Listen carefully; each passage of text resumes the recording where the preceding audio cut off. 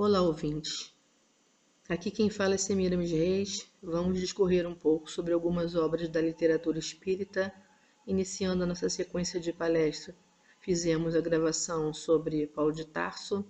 Agora vamos falar um pouco sobre os livros básicos da doutrina espírita, citando que o Livro dos Espíritos foi feito em 18 de abril de 1857, o Livro dos Médiuns em janeiro de 1861, Evangelho segundo o Espiritismo em abril de 1864, Céu e Inferno em agosto de 1865, a Gênese em janeiro de 1868 e Obras Póstumas em 1890, por Allan Kardec, cujo nome era Hippolyte Léon Denisard Rivaillot, que nasceu em Lyon em 3 de outubro de 1804 e desencarnou em Paris 31 de março de 1869. Então nós vamos falar hoje sobre o Livro dos Espíritos, que é uma das obras básicas do Espiritismo, filosofia, religião e ciência, né? Que se subdivide nas seguintes partes. Na primeira parte, das causas primárias, capítulo 1, versa sobre Deus, capítulo 2, elementos gerais do universo, capítulos 3, sobre a criação, capítulo 4, princípio vital. Entramos na segunda parte, que aborda o mundo espírita ou mundo dos espíritos. Capítulo 1, sobre os espíritos. Capítulo 2, encarnação dos espíritos. Capítulo 3, retorno da vida corporal à vida espiritual. Capítulo 4, pluralidade das existências. Capítulo 5, considerações sobre esta pluralidade das existências. Capítulo 6, vida espírita. Capítulo 7, retorno à vida corporal. Capítulo 8, emancipação da alma. Capítulo 9, intervenção dos espíritos no mundo corporal. Capítulo 10, ocupações e missões dos espíritos. Capítulo 11, os três reinos. Terceira parte, sobre as leis morais. Temos a lei divina ou natural, lei de adoração, lei do trabalho, lei de reprodução, lei de conservação, lei de destruição, lei de sociedade, lei do progresso, lei de igualdade, lei de liberdade, lei de justiça, de amor e de caridade, perfeição moral. Na quarta parte, encontramos esperanças e consolações, que trata no capítulo 1 das penas e gozos terrestres, no capítulo 2, penas e gozos futuros, e a conclusão. Então, vamos relembrando que a doutrina espírita é uma religião, também filosofia e ciência, que versa sobre a prevalecência do espírito após a matéria, postula a reencarnação, a lei de causa e efeito, o livre-arbítrio também. E neste livro, que é de suma importância, o seu estudo para aqueles que querem entender um pouco sobre as leis naturais, sobre as leis do universo, né, numa visão espiritualista, e Allan Kardec foi o pioneiro, né, em retirar o véu sobre os mistérios que existem entre o céu e a terra. Não inventou a mediunidade, porque essa existe desde que o planeta é planeta, que o ser humano existe.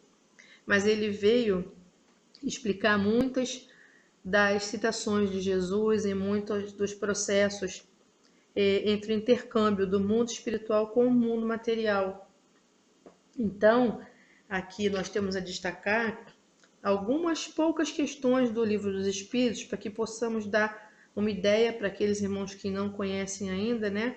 E que querem conhecer um pouquinho mais sobre qual é a visão do Espiritismo sobre as questões principais da filosofia humana, né? De onde viemos, para onde vamos, como é o universo, como é a questão da energia e da matéria. Então nós vamos ler apenas algumas questões do Livro dos Espíritos e vamos comentar brevemente. No capítulo 1, nós lemos assim na pergunta número 1, que é Deus? E ele responde, Deus é a inteligência suprema, causa primeira de todas as coisas. Questão 2, que se deve entender por infinito? A resposta: o que não tem começo nem fim, o desconhecido. Tudo que é desconhecido é infinito. Migramos então para as questões de 21 a 23, que fala sobre espírito e matéria. Na questão 21, a matéria existe de toda a eternidade como Deus ou foi criada por ele num certo tempo? A resposta: só Deus o sabe. Todavia, há uma coisa que vossa razão vos deve indicar: é que Deus, modelo de amor e de caridade, nunca esteve inativo. Por mais distante que possais imaginar o início de sua ação, podeis concebê-lo um segundo na ociosidade? Questão 22. Geralmente, define-se como matéria o que tem extensão, o que pode impressionar nossos sentidos, o que é impenetrável. Estas definições são exatas? A resposta: do vosso ponto de vista, isto é exato, porque não falais senão do que conheceis. Mas a matéria existe em estados que vos são desconhecidos. Ela pode ser, por exemplo, tão etérea e sutil que nenhuma impressão cause nos vossos sentidos. Entretanto, é sempre matéria, mas para vós não o seria. No subitem A, ele pergunta: que definição podeis dar da matéria? A matéria é o elo que acorrenta o espírito, é o instrumento que lhe serve e sobre o qual, ao mesmo tempo, ele exerce sua ação. Desse ponto de vista, pode-se dizer que a matéria é o agente, um intermediário com auxílio do qual e sobre o qual o espírito age. Na questão 23, ele pergunta: que é espírito? Resposta: o princípio inteligente do universo. Então, Kardec, após muitas pesquisas e formulação da Revista Espírita, que eram matérias que ele escrevia sobre os fenômenos espíritas, na época que estudava e que enviou a todo o planeta vários médiuns diferentes, muitas perguntas e as compilou nas obras básicas. No capítulo 1 do Livro dos Espíritos, sobre a origem e natureza dos espíritos, ele pergunta na questão 76, que definição se pode dar dos espíritos? E a resposta: pode-se dizer que os espíritos são os seres inteligentes da criação, povoam o universo fora do mundo material. A palavra espírito é empregada para designar as individualidades dos seres extracorpóreos e não o elemento inteligente universal, neste momento. No capítulo 1 ainda, nas questões 96 e 97, sobre diferentes ordens de espíritos, ele cita o seguinte na questão 96. Os espíritos são iguais ou existe entre eles algum tipo de hierarquia? São de diferentes ordens, conforme o grau de perfeição a que tenham chegado. Questão 97. Há um número determinado de ordem ou de graus de perfeição entre os espíritos? Este número é ilimitado, porque entre essas ordens não há uma linha de demarcação traçada como barreira. Nós vamos ver a seguinte, essa subdivisão, mais à frente um pouco. Então, na primeira ordem, situa-se os espíritos que atingiram a perfeição, os puros espíritos, os anjos arcanjos. Os da segunda ordem chegaram ao meio da escala, desejam o bem, isso é a sua preocupação, são os bons espíritos. Os da última ordem ainda estão na parte inferior da escala, que são os espíritos imperfeitos, que somos nós. Dentro ainda aqui do Evangelho, né, nós destacamos assim, algumas questões mais relevantes, porque 30 minutos não tem condições de explicar todo o livro dos Espíritos, né? Nós vamos citar aqui sobre a influência oculta dos Espíritos nos nossos pensamentos e nossas ações, destacando a questão 459, onde ele pergunta aos Espíritos: os Espíritos influem no nosso pensamento e nas nossas ações? Resposta: sob este aspecto, a influência deles é maior do que imaginais, pois com muita frequência são eles que vos dirigem. Questão 459, né? Dando continuidade aqui no item do capítulo 9, que versa sobre anjos guardiães, espíritos protetores, familiares ou simpáticos. Nós temos na questão 490, o que se deve entender por anjo guardião? A resposta é o espírito protetor de uma ordem elevada. Questão 491.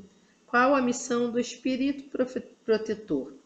A de um pai com relação aos filhos, a de conduzir seu protegido ao bom caminho, ajudá-lo com seus conselhos, consolá-lo nas suas aflições, sustentar sua coragem nas provas da vida. Na questão 492, ele pergunta: o espírito protetor está ligado ao indivíduo desde o seu nascimento? Resposta: desde o nascimento até a morte, e frequentemente acompanha-o depois da morte, na vida espiritual e até em várias existências corporais, pois estas existências são apenas fases bem curtas com relação à vida do espírito. Na questão 493, ele pergunta também: a missão do espírito protetor é voluntária ou obrigatória? A resposta: o espírito é obrigado a velar por vós, porque aceitou essa tarefa, mas ele tem o direito de escolher seres que lhe são simpáticos. Para uns é um prazer, para outros uma missão, um dever. Subitem A. Apegando-se a uma pessoa, o espírito renuncia a proteger outros indivíduos? Resposta: não, mas ele o faz menos exclusivamente. E na 494, a pergunta: o espírito protetor fica fatalmente preso ao ser confiado à sua guarda? Na resposta: frequentemente acontece de alguns espíritos deixarem sua posição para desempenhar diversas missões, mas nesse caso a substituição é feita. E na 495, algumas vezes o espírito protetor abandona o seu protegido quando este é rebelde aos seus conselhos? Resposta: ele se afasta quando vê que seus conselhos são inúteis e que a vontade de submeter-se à influência dos espíritos inferiores é mais forte, mas não o abandona completamente e sempre se faz ouvir. É então o homem quem tapa os ouvidos. Ele retorna desde que seja chamado. Então, meus irmãos, nós lemos algumas questões, né, do livro dos Espíritos e vamos discorrer um pouquinho sobre elas, né, e nos próximos programas daremos sequência ao comentário sobre os livros da obra básica de Kardec, né. Nós sabemos que o mundo está passando por um momento de modificações que vem se aproximando, né? Já estamos entrando na fase de regeneração do planeta, onde herdaremos um planeta um pouco mais calmo, um pouco melhor, onde cada um dos seus habitantes, dos seus indivíduos, precisa procurar, buscar se conectar com a sua essência verdadeira, entrar em oração, em prece, em qualquer religião que seja. Nós aqui estamos abordando um pouco sobre o Espiritismo, mas na verdade o grande foco são os ensinamentos de Jesus, que há 2000 anos atrás trouxe as máximas, que o Espiritismo agora retira o véu e troca em miúdos para facilitar o seu entendimento. Então, nós entendemos que a doutrina espírita tem o papel de ajudar na evolução do ser humano através dos conhecimentos, a partir do momento que o ser humano começa a estudar, a compreender como funcionam as leis naturais, como funcionam as leis universais, ele vai se desprendendo dos apegos às coisas materiais, vai tentando trabalhar as suas vicissitudes, o ódio, a raiva, a intolerância, o perdão, porque a doutrina espírita vai de encontro aos ensinamentos de Jesus. Ela aborda as questões científicas, as perguntas e respostas no Livro dos Espíritos, versa sobre os fenômenos de comunicação no Livro dos Médiuns e assim por diante, dos demais livros que abordaremos nos próximos programas, né? Então, nós selecionamos aqui também, né, de um outro livro muito importante da obra espírita, né, que é o Evangelho segundo o Espiritismo. Então, no capítulo 22, no item 4, nós lemos assim: a missão dos espíritos. E nenhuma pergunta, né? No capítulo 22, como dissemos, os trabalhadores da última hora, item 4, missão dos espíritos, é perguntado: se entre os chamados para o espiritismo muitos se transviaram, quais os sinais pelos quais reconheceremos os que acham-se no bom caminho? E a resposta: como se pode reconhecer um espírita, um bom espírita? Reconhecê-los-ei pelos princípios da verdadeira caridade que eles ensinarão e praticarão. Reconhecê-los-ei pelo número de aflitos a que levem consolo, pelo seu amor ao próximo, pela sua abnegação, pelo seu desinteresse pessoal. Finalmente, pelo triunfo de seus princípios, porque Deus quer o triunfo de sua lei. Os que seguem sua lei, esses são os escolhidos, e ele lhes dará a vitória. Em item 5, subtitulado Os Obreiros do Senhor, ele diz que se aproxima um tempo em que se cumprirão as coisas anunciadas para a transformação da humanidade. Ditosos serão aqueles que houverem trabalhado no campo do Senhor com desinteresse e sem outro móvel, senão a caridade. Seus dias de trabalho serão pagos pelo cêntuplo do que tiverem esperado.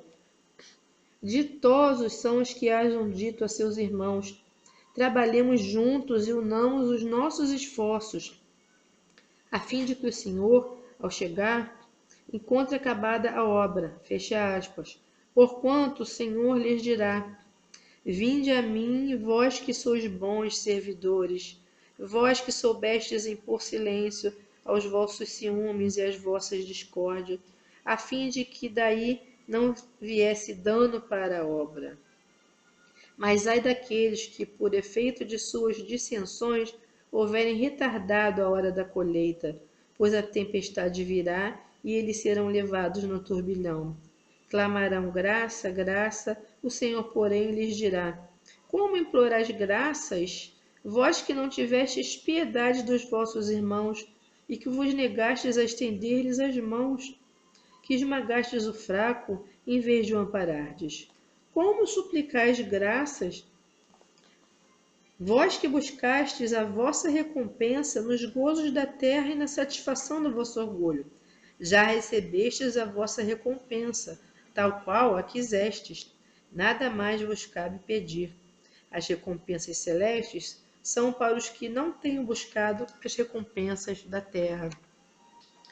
Então, irmãos, essa doutrina consoladora, né, que é o advento do Espiritismo, ela não tenta converter ninguém, ela só busca trazer o esclarecimento para que cada ser humano, pelos seus próprios esforços, possam ter um esclarecimento a partir do estudo, possam buscar melhorar os seus atributos morais, buscar a sua evolução individual, porque o maior objetivo do Espiritismo é a reforma moral de cada um.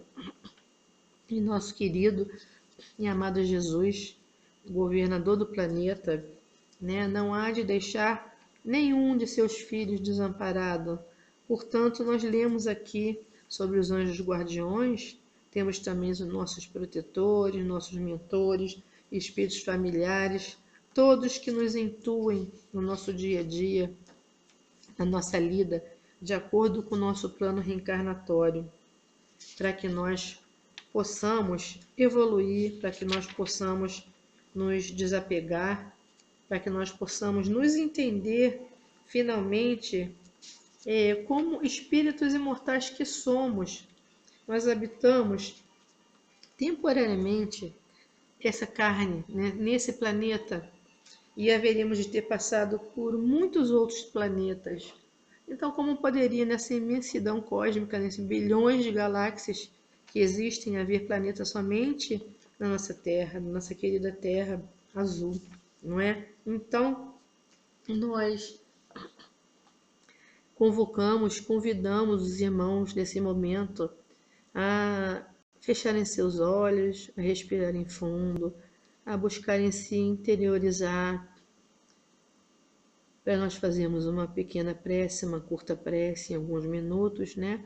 E informamos que os irmãos interessados em conhecer um pouco mais da doutrina espírita busquem perto de sua casa um centro espírita sério para poder estudar os livros da codificação, para buscar informação, questionando com o crivo da razão sempre. Sempre é lícito, sempre interessante a busca do conhecimento, que se leia, que se compare, que se estude, que tire suas dúvidas, e cada um se afiniza com uma linha de pensamento, com uma forma de abordagem sobre a filosofia da vida que levamos aqui na Terra.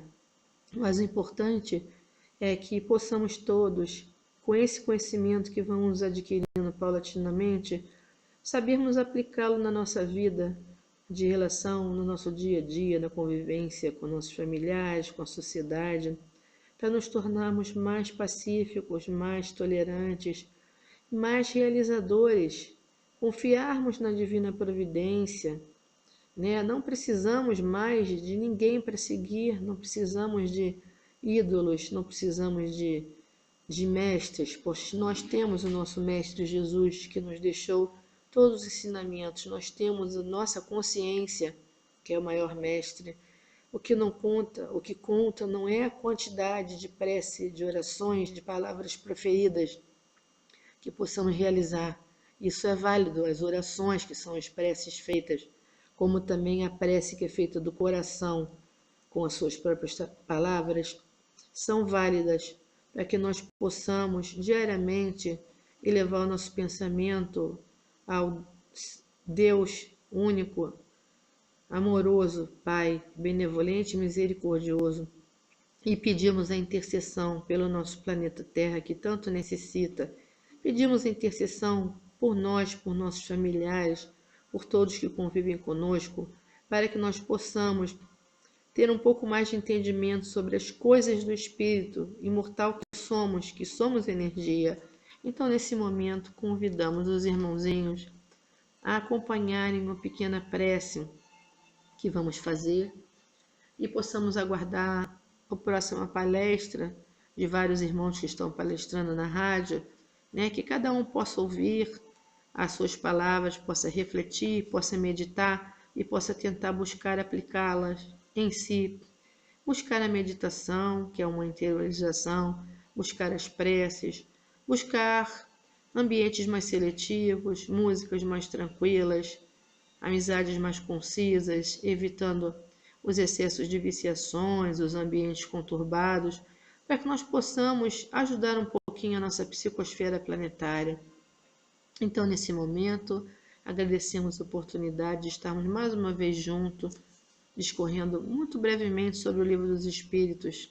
Tem muitos vídeos no YouTube e muita literatura vasta sobre o assunto. Então, nesse momento, vamos dizendo assim, aquela prece para alimentar o nosso coração, nossa alma. E no final da prece, os irmãos façam sua intenção e direcionam alto para que sejam confortados com a luz do plano espiritual. Espíritos esclarecidos e benevolentes, mensageiros de Deus, que tendes por missão assistir os homens e conduzi-los pelo bom caminho, sustentai-me nas provas desta vida, dai-me a força de suportá-las sem queixumes, livrai-me dos maus pensamentos e fazei que eu não dê entrada a nenhum mau espírito que queira induzir-me ao mal. Esclarecei a minha consciência com relação aos meus defeitos. e tirai-me de sobre os olhos o véu do orgulho, capaz de impedir que eu os perceba e os confesse a mim mesmo. A ti, sobretudo, meu anjo guardião, que mais particularmente velas por mim, e a todos vós, espírito protetores, que por mim vos interessais, peço fazerdes que me torne digno da vossa proteção. Conhecei as minhas necessidades, sejam elas atendidas segundo a vontade de Deus. Meu Deus, Pai de misericórdia e de bondade, permite que os bons espíritos que nos cercam venham em nosso auxílio quando nos acharmos em sofrimento e que nos sustentem se desfalecermos. Faze, Senhor, que eles nos incutam fé, esperança e caridade, que sejam para nós um amparo, uma inspiração e um testemunho de tua misericórdia. Faz, enfim, que neles encontremos força que nos falta nas provas da vida e para resistir às aspirações do mal, a fé que salva e o amor que consola. E finalizamos proferindo a oração que Jesus nos deixou, pedindo por todo o nosso planeta, por todos os seres que o habitam, que possamos passar por essa transição em paz, em harmonia, com o amparo da proteção divina que temos a certeza que nós temos. Pai nosso que estás no céu, santificado seja teu santo nome. Venha a nós o vosso reino, seja feita a vossa vontade, assim na terra como no céu. O pão nosso de cada dia, pão do espírito e da matéria, dai-nos hoje e sempre, Senhor. Perdoai as nossas dívidas, quando verdadeiramente perdoarmos aqueles que nos têm ofendido. Não nos deixeis cair em tentação e livrai-nos de todos os males, pois vosso é o poder, o reino e a glória para todo sempre. Que assim seja. Que todos fiquem em paz, que seus lares estejam em harmonia e que os bons espíritos, esses nossos amigos incansáveis, possam amparar cada um de vós em sua vida, em seu sofrimento, em sua evolução, com as bênçãos do alto e da luz maior. Graças a Deus.